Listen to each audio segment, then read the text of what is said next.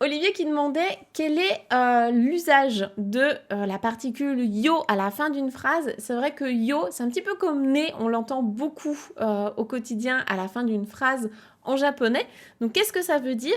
Alors yo, tout comme né, on en parle en détail dans la leçon 9 d'Objectif Japon. Donc si vous voulez creuser, je vous invite vraiment à aller voir le cours et à faire les exercices qui vont avec.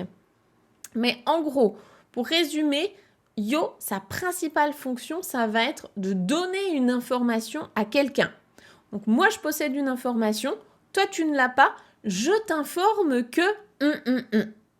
Et donc ce yo, à la fin de la phrase, c'est un peu comme un point d'exclamation en français, même si la traduction, on l'a pas vraiment en fait en français, donc on n'aura peut-être pas mieux. Mais ce yo, il peut avoir la notion de je t'informe que. Donc dans certains contextes, il n'y a pas de souci, on donne une information que l'autre n'a pas, et cette information intéresse notre interlocuteur, mais parfois, ça peut sonner un peu déplacé. Parce que si vous mettez des yo à la fin de chaque phrase, vous allez sonner peut-être un peu condescendant, un peu hautain. En mode, oh ben, c'est qui celle-là? Elle donne des informations, c'est bon, genre nous on est débiles.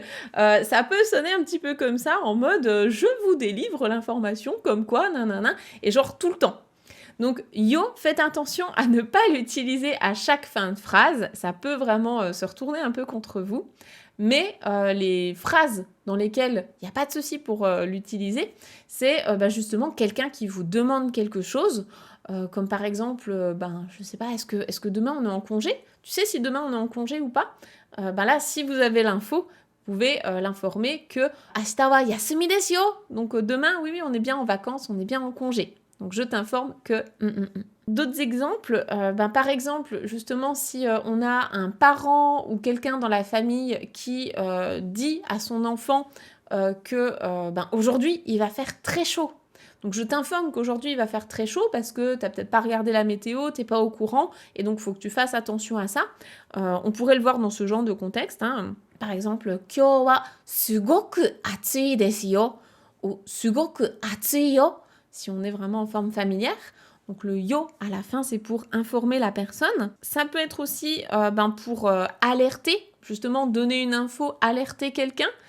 Toujours dans un contexte de famille, on peut entendre les parents dire aux enfants « Le dîner est prêt !» Donc je t'informe que le dîner est prêt. Donc « Gohan wa dekita yo !» Le repas est terminé, le repas est préparé.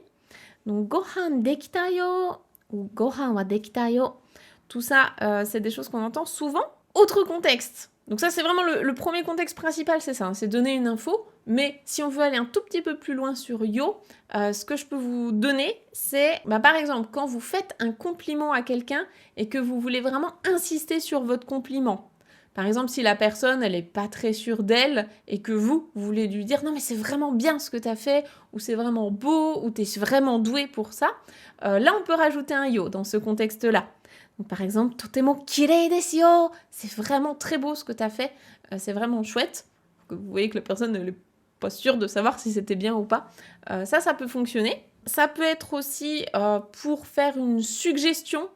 Insister un petit peu sur quelque chose, sur une suggestion. Si vous avez vraiment très très faim et que vos amis, ils n'ont pas l'air pressés d'aller manger et que vous voulez leur dire on va peut-être aller manger là quand même, vous pourriez dire par exemple soro soro tabeyo yo.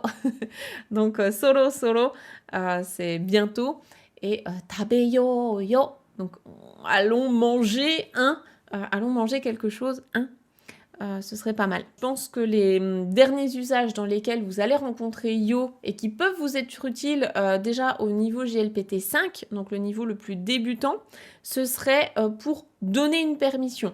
Quand vous approuvez quelque chose, vous dites « Ok, là, je te donne mon accord là-dessus. » Donc là, ce « I desu yo »,« I desu yo », ça, je sais que ça tombe régulièrement au GLPT 5, donc faites attention à cette petite expression. « I desu yo », c'est pour approuver, en disant « Oui, je t'informe que c'est OK ».